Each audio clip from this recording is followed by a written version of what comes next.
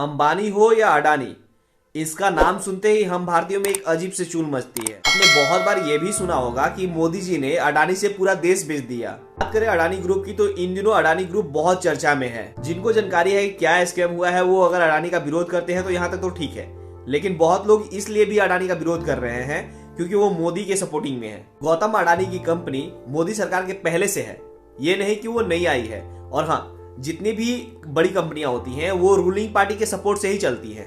और एक बात आपको समझने लायक है कि अगर अडानी ग्रुप का अगर मार्केट गिरता है तो इसका असर इंडियन इकोनॉमिक पे भी पड़ेगा, जो कि हर्षद मेहता केस में भी ऐसा ही कुछ हुआ था, जिसे इंडियन इकोनॉमिक भी क्रैश हुई थी। हिडनबर्ग रिसर्च रिपोर्ट के एक दिन पहले गौतम अडानी दुनिया के तीसरे सबसे अमीर व्यक्ति थे, लेकिन रिसर्च के रिपोर्ट आने के बाद से गौतम अडानी का स्थान 8वां हो गया।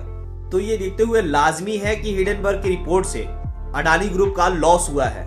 ये हिडनबर्ग रिसर्च क्या है, कैसे काम करती है, इस रिपोर्ट बनाने से उसका क्या फायदा होता है, सारी बात बताता हूँ। इससे पहले आपसे एक रिक्वेस्ट है, चैनल को सब्सक्राइब कर दीजिए, वीडियो को लाइक कर दीजिए। मैं इस तरह के इंफॉर्मेशनल वीडियो बनाते रहता हूँ। देखिए, जर्मनी में एक हिडनबर्ग नाम का एयरशिप था जो 1937 में दुर्घटनाग्रस्त हो गया था। ये जो हादसा था वो दुनिया का सबसे बड़ा हादसा गिना जाता है। इस हादसे को मैन मेड डिजास्टर कहा जाता है, इसलिए क्योंकि इसे रोका जा सकता था। ये कुछ लोगों की गलतियों के कारण हुआ था।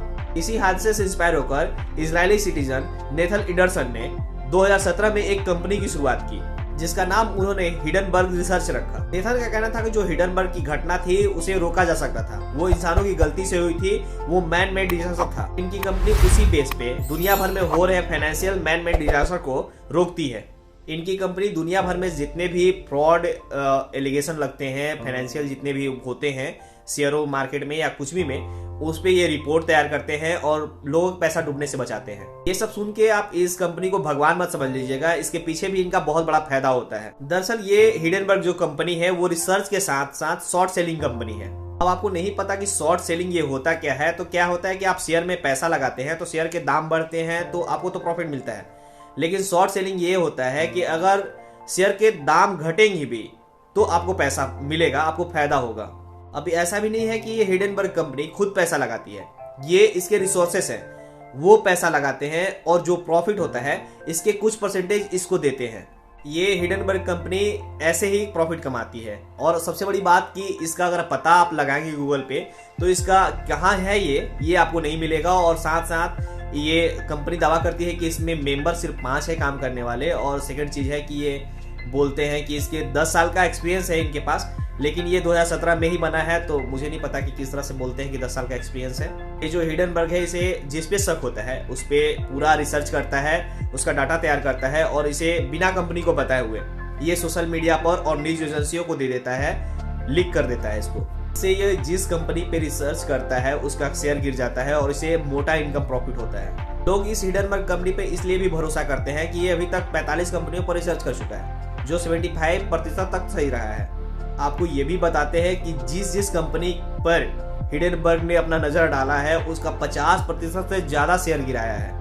अब आपको एक ऐसी बात बताता हूँ जो आपने अभी तक नहीं सुना होगा। हिडनबर्ग जो कंपनी है वो कंपनियों का शेयर खरीदती है, जो डूबने वाली कंपनी होती है उनका शेयर करती है, लेकिन वो अडानी ग्रुप का शेयर नहीं खरीदी है, वो बॉन्ड खरीदी है।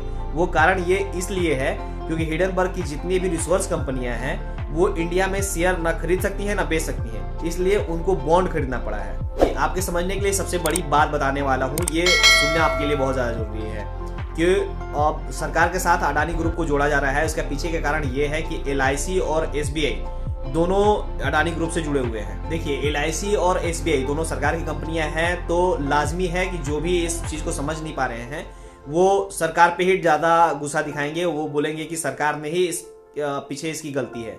देखिए, बात ऐसा है कि LIC ने 74,000 करोड़ रुपए का शेयर अडानी ग्रुप का लिया है और SBI ने भी हजारों करोड़ रुपए का शेयर अडानी ग्रुप का लिया है।